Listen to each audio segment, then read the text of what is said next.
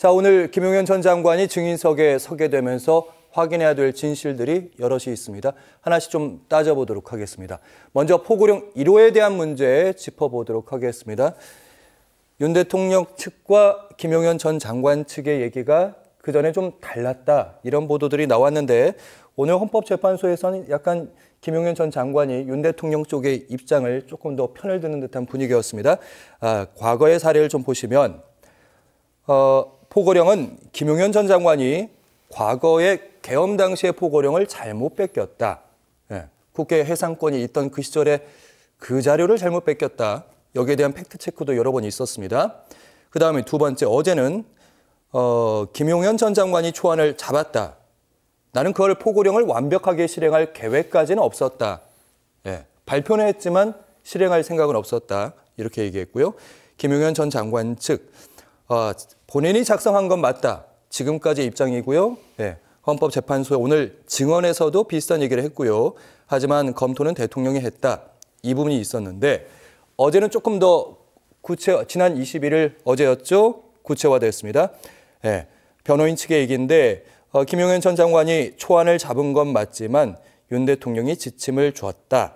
그리고 관련된 보도들이 나오는 거 보면 김용현 전 장관이 12월 3일에 비상계엄이 있었는데 이미 12월 1일부터 당시 대통령에게 포고령을 갖다 줬고 그때부터 대통령이 검토를 했다는 거예요. 그리고 이틀 지나서 발표를 했다는 거. 어떻게 들으셨습니까?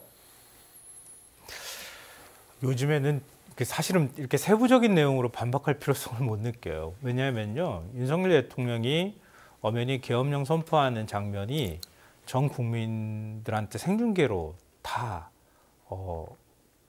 현장에서 다 본 거나 다름없이 그렇게 국민들이 알고 계시는 거예요. 일종의 현행범인 거예요. 대통령으로 보면. 대통령이 정당한 계엄령 선포라고 하면 그 계엄령 선포하는 장면을 국민들이 다 생생하게 목격을 했거든요. 그리고 난 다음에 계엄군이 국회에 들어가서 유리창을 부수고 국회 안에 들어가는 모습을 다 봤고요.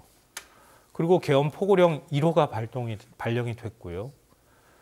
계엄 포고령을 그러니까 선포하는 사람은 계엄사령관이라고 얘기를 한다면 박한수 계엄사령관은 육참 총장이죠. 그냥 자기는 계엄 포고령 1호를 그냥 받기만 했다. 이렇게 얘기를 합니다. 원래 계엄 포고령은 10월 말로 돼 있다는 얘기도 있어요. 그 날짜 바꿨다는 얘기도 나오거든요. 근데 그러면은 대통령이 계엄령을 선포하는데 포고령이 실질적으로 계엄이 실효적으로 작동할 수 있게 해주는 거거든요. 그럼 포고령을 발표하지를 말든가요. 포고령 1호를 엄연히 국민들 앞에 다 발표를 했거든요. 그러고 난 다음에 그건 실행할 의사가 없었다. 이렇게 말하는 것도 너무 어이가 없어서 차라리 계엄령 선포를 안 했다고 차라리 국민들한테 거짓말을 하는 게 더 이해가 갈 정도다. 이렇게 생각하고요. 계엄령 포고령 가지고 자꾸 이렇게 시비를 삼고 있는 것은 제가 볼 때는 이미 물증을 다 파쇄했다, 없앴다고 하는 자신감이라고 생각해요.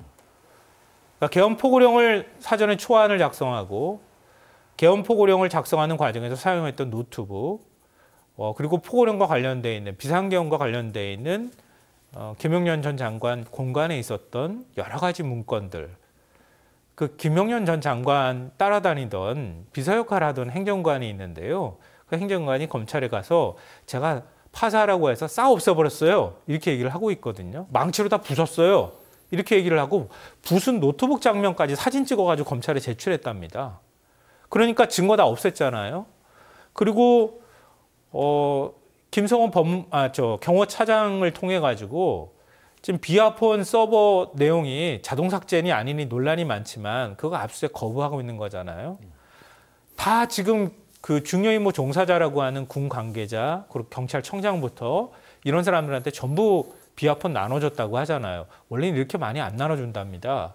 근데 언제부터 계엄을 준비했는지 다 비아폰을 써가지고 전부 소식이 왔다 갔다 했단 말이에요. 계엄 당일날도 비아폰 써가지고 윤 대통령이 계엄사령관, 특전사령관, 수방사령관 이런 사람들한테 다 연락 취하면서 국회문 깨부셔라, 끌고 나와라, 의원들 체포해라 하다못해 홍장원 국정원 1차장한테 지시할 때도 다 비아폰 써가지고 지시했다는 거 아닙니까? 싹 잡아들여라 이런 얘기들. 그러니까 비아폰 기록, 통화 기록이 남아있는 서버 그거 압수수색 못하게 막는 거예요. 그래가지고 경호청 차장을 계속 그 자리에 눌러앉게 만드는 방법들을 쓰고 있단 말이에요. 그러니까 이들이 볼 때는 물증으로 남아있는 기록은 싹 없애고 있다라고 하는 자신감이 있는 거고요. 나머지는 관련자들의 중요임무 종사자의 진술이 있는 거거든요. 증언이 있는 것이고 그것도 다 오염됐다고 싸그리 다 무시해버리면 아 이제 없는 일이 되는가 보다. 국민들한테 그렇게 내란 선동을 하듯이 얘기하면 나를 지지해주는 국민들이 꽤 많으니 그 국민들이 내 말을 믿어줄 거다. 이렇게 착각하고 있는 것 같아요. 근데 우리나라 지금까지 법원이 윤석열 대통령 한 번도 말 들어주지 않았거든요. 오전 오패라는 얘기하고요. 헌법재판소가 11전 11패라고 얘기할 정도로 윤석열 대통령 측 얘기를 하나도 들어주지 않았어요. 그러니까 대한민국의 사법질서가 이렇게 허약하지 않고요. 헌법재판소에서 판단할 때도 재판관들이 윤석열 대통령이나 또 그 중요 임무 종사자라고 할 수 있는 김용현의 주장이나 이런 거 전혀 들어주지 않을 거라고 생각합니다. 그걸 들어줄 거라고 생각한다면 착각이고요.